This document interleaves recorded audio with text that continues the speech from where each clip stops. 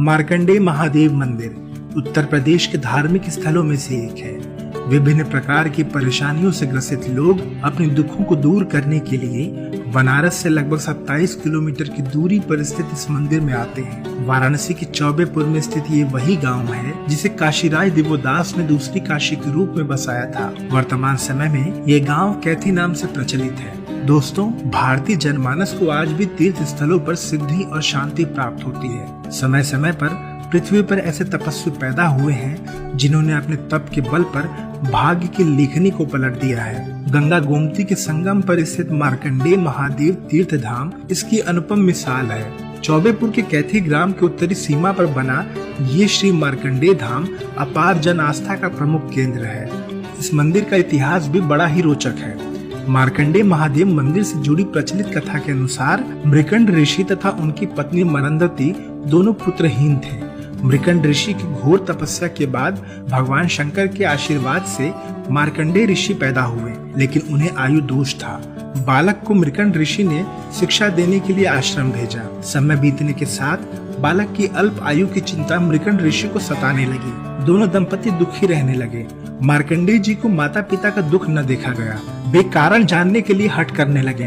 बाल हट के आगे विवश होकर मृकंड ऋषि ने सारा वृत्तांत कह बताया। मार्कंडेय समझ गए कि ब्रह्मा की लेखनी को मिटाकर जब भगवान शंकर के आशीर्वाद से मैं पैदा हुआ हूँ, तो इस संकट के घड़ी में भी भगवान शंकर की ही शरण लेनी चाहिए। इसके बाद मार्कंडेय गंगा गोमती के संगम पर बैठकर घनघोर तपस्या में लीन हो गए।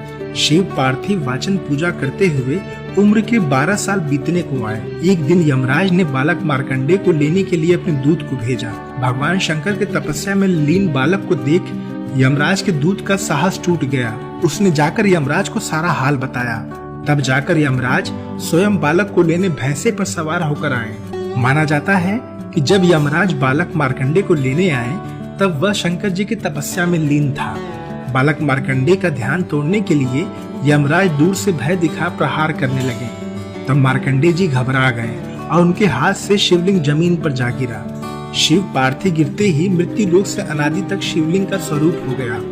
यमराज का त्रास देखकर भगवान शंकर भक्त की रक्षा करने हेतु प्रकट हो गए और मार्कंडेय को यमराज से बचाया और यमराज को सचेत करते हुए कहा कि चाहे संसार इधर से उधर हो जाए, सूर्य और चंद्रमा बदल जाए, किंतु मेरे परम भक्त मार्कंडेय का तुम कुछ अनिष्ट नहीं कर सकते। इस बालक की आयु काल की गणना मेरे दिनों से होगी। बस तभी से गंगा गोमती के तट पर बसा यह कैथी गांव मार्कंडेय जी के नाम से प्रचलित है। यहाँ का तपोवन काफी विख्यात है। यह गर्ग, पराशर, श्रृंगी, उद्याल आदि ऋषियों की तपोस्थली रहा है। इसी स्थान पर राजा दशरथ को पुत्र प्राप्ति के लिए श्रृंगी ऋषि ने पुत्रेष्टि यज्ञ कराया था, जिसके परिणाम स्वरूप राजा दशरथ को पुत्र प्राप्त हुआ था। यही वह तपोस्थली है जहां राजा रघु द्वारा 11 बार हरिवंश पुराण का पारायण करने पर उन्हें उत्तराधिकारी प्राप्त हुआ था। माना जाता है कि पुत्र कामना के लिए यह स्थल काफी दुर्लभ है। हरिवंश पुराण का पारायण तथा संतान गोपाल मंत्र का जाप कार्य सिद्धि के लिए विशेष मायने रखता है। पुत्र इच्छा पूर्ति के लिए इससे बढ़कर सिद्धिपीठ स्थान दूसरा कोई नहीं है। मार्कंडेय महादेव की इस तपोस्थली पर हर समय पति पत्नी का जोड़ा पीत वस्त्र धारण कर गांठ जोड़े पुत्र प्राप्ति के लिए हरिवंश पुराण का पाठ कराते हैं। दुनिया भर से श्रद्धालु यहाँ आते हैं, गंगा गोमती के पवित्र संगम में स्नान करते हैं और फिर बाबा का जलाभिषेक करते हैं। ऐसा करने से उनकी सभी मनोकामनाएं पूर्ण होती हैं। अल्प आयु अथवा आयु दोष वाले श्रद्धालुओं को यहाँ एक बार आकर बाबा के दर्शन अवश्य करना चाहिए। इसके अलावा मान्यता है कि महाशिवरात्रि के दूसरे दिन श्री राम नाम लिखा बेलपत्र अर्पित करने से पुत्र रत्न की प्राप्ति की मनोकामना पूर्ण होती है। मंदिर के पुजारी श्यामू महाराज बताते हैं कि इस मंदिर में भोलेनाथ को प्रतिदिन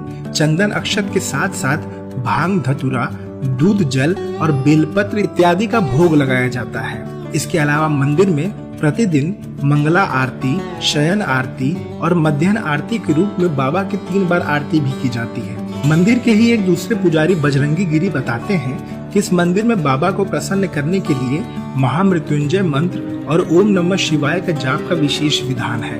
लोग सावन माह और महाशिवरात्रि के दिन यहाँ बाबा का रुद्राभिषेक भी करवाते हैं। ऐसे मौकों पर इस मंदिर का दृश्य अद्भुत होता है। तो दोस्तों, अगर आप भी कभी बनारस आएं तो काशी विश्वनाथ मंदिर के अलावा मार्कंडे महादेव मंदिर में भी बाबा के दर्शन के लिए अवश्य जाएं।